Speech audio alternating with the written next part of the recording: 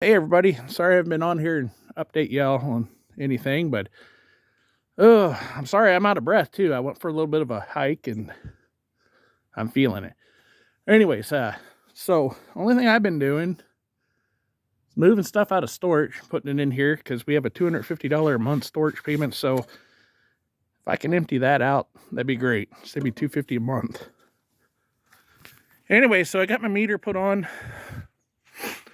the riser. It's PVC because we're using the house as a mounting point, and you see the little insulator up there. Everything's tied on.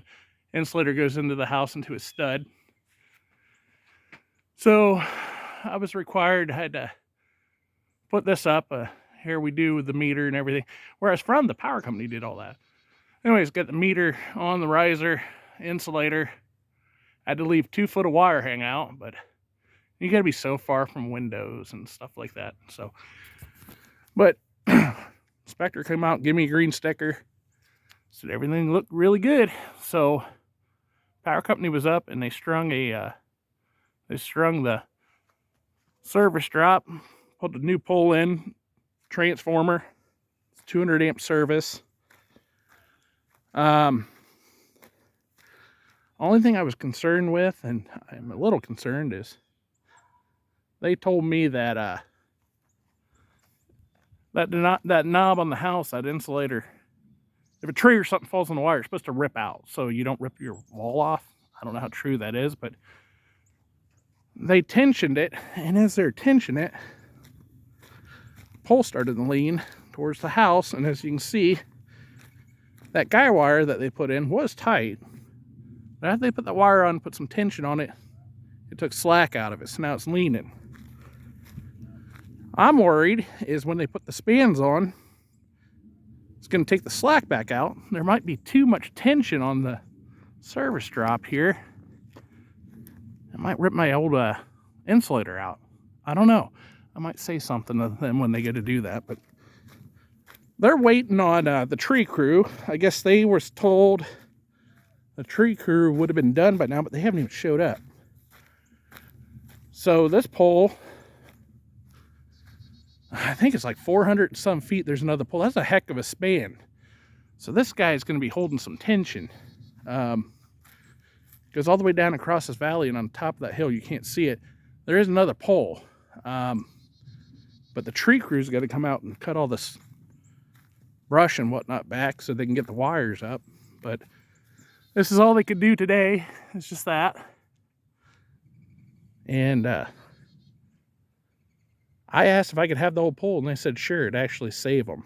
But that pole, the engineer told me when he was up here, was put in 1949. So it's got creosote in it, but I'm a ham radio guy, so I'll find a use for it, or I can put a security light. It's just getting them up. That's the hard part. But you can see how far that thing was buried in the ground there.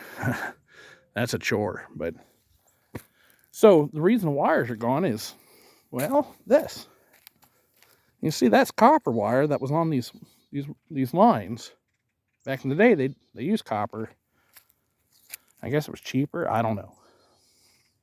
It's good stuff. But see, somebody had come up since no one's living here, and they cut the lines. So, but they left some on the pole what they couldn't reach. So they cut the lines and stole the copper. And there's another pole that was back there. Somebody come with a chainsaw, cut it down, actually took the pole, but they cut the top off because it had 2 guy wires coming out of it, which are copper.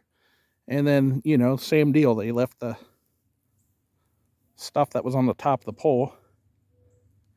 And the power company said they didn't want it. They don't want the wire. But the problem is, if I take that into a scrapyard, they'll think I stole it. So I don't want to be labeled as a thief and try to bring that stuff in and scrap it. But I guess maybe for a ham radio project, I can use it as some sort of grounding, or I don't know. It's good stuff. But yeah, this pole, I mean, it's showing its age. Been here a long time. Long before I was ever long before my parents were thought about. So 1949. So you see down here at the bottom, the creosote showing where it's actually in the earth. But I looked all over it for a date. I can't find one. I know sometimes they used to stamp them down the bottom, but yeah, there's nothing. So she served her life, I guess. I mean, I got that one. Well, who knows how long that one. I don't think the newer ones last as long as these old creosote guys, but. So there's my service drop. You can see there's a little bit of slack in there, but like I said, I'm worried when they get it tighten that's going to tighten it. Maybe, I don't know. Maybe I'm just worried about nothing. They should know what they're doing. Uh-oh. Looks like they drove their machine on my septic. Hopefully that's okay. I just not realize that. Ouch. Yeah, because I haven't even got to use a septic, but I marked the septic for them so they didn't accidentally drill into it, showed them where it was, and put the flags up. Because I wasn't sure if I'd be here when they did this. I know it looks ugly. It looks ugly with that damn riser on there, but not much you can do about it if you want electrical service. That's where the power company told me I had to put it. Some of them got to go up through the roof if you can't get enough clearance, but that's every bit of 18 foot, so it's up there. You get it. I think 10 foot's the minimum, but they want it, since this pole was lower, as we're going downhill, they want it a little bit higher. So that's how I had to do it. It looks ugly, I know, but at least I didn't have to go up through the roof. I think that looks really ugly when you get to do that, but not much you can do about it.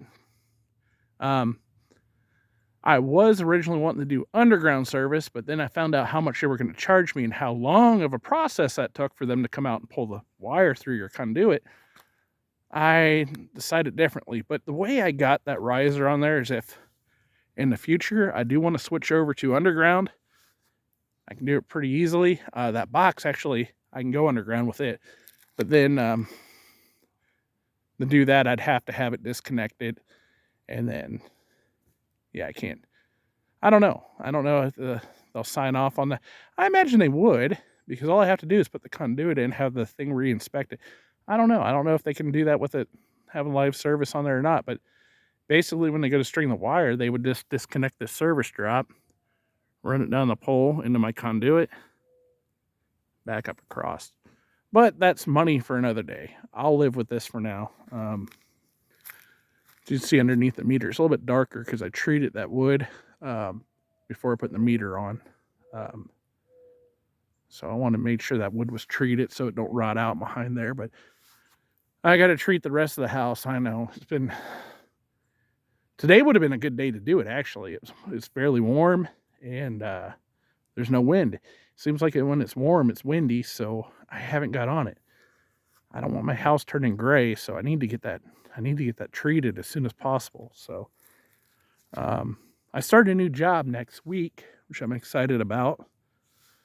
And so I'm probably going to be tied up a little bit more. I'm going to be on call, so I never know when I'll be home or at work, but it'll be a decent job. So anyways, guys, sorry there isn't much to update. But yeah, I was excited to see this. I mean, that's because I was told after the meters inspected, it'd probably be 8-9 weeks for the power company to be up here, but they was already after it. They said they would have been done if the trees are trimmed. So we're waiting on the tree crew now, and then they got to come back up and string the lines. So anyways, guys, thanks for watching. We'll catch you in the next one.